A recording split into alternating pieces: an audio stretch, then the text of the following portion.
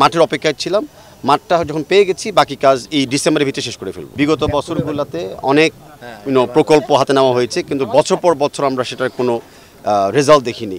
কিন্তু বিগত interim government আসার পর থেকে এবং অনেক রাজনৈতিক দলদের সহযোগিতা কর্পোরেশনে স্পোর্টসকে দেখবেন কিন্তু রাজনীতিকে উন্মুক্ত করে দেওয়া হয়েছে। অ্যান্ড ফলাফল কী হয়েছে, আমরা ঢাকা স্টেডিয়াম উইদিন 6 মাস আমরা পেয়েছি, ইন্টারন্যাশনাল ম্যাচও শুরু হয়ে গেছে।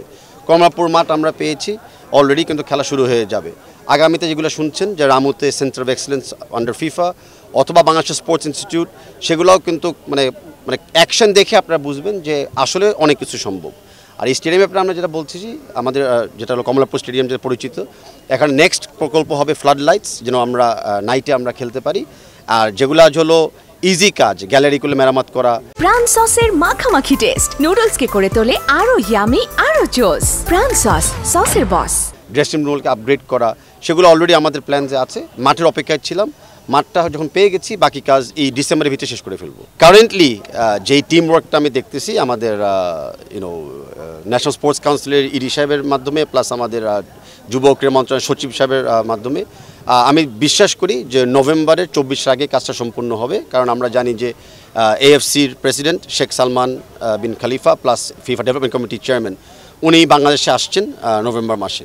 অ্যান্ড আমরা উই আর ভেরি অ্যাগ্রেসিভ যে উনি আসার আগে এই কাজটা সম্পূর্ণ হবে, যেন ওনাকে দিয়ে আমরা উদ্বোধন করতে পারি। আজকের ম্যাচ নিয়ে যদি একটু প্রেডিকশন দাও।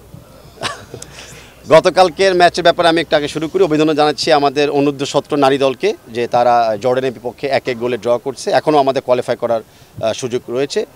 আজকের ম্যাচটা হংকং হতে যাচ্ছে। আমি অত্যন্ত আশাবাদী যে আমাদের টিম অত্যন্ত ভালো খেলেছিল প্রথম লেগে।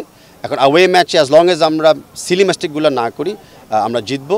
আর যেই দল 3-1 ডাউন থেকে 3-3 সমতা ফিরিয়ে এনেছে, সেটাও শেষ 8 মিনিটের মাথায়, সেই দলের উপরে আমি বিশ্বাস করি যে 18 কোটি মানুষের ফ্যানকে তারা আজকে দুঃখ দিবে না।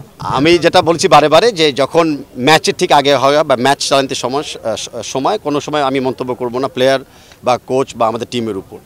ম্যাচ শেষ হোক, আমি আগে বলেছিলাম আমাদের পোস্ট ম্যাচ ব্রিফিংও হবে, পোস্ট ম্যাচ অ্যানালিসিস হবে। তখন আপনাদের সব প্রশ্নগুলোর উত্তর যেগুলো আমি কিছু জানি আর নতুন করে করবেন উত্তর আমি অবশ্যই দিব।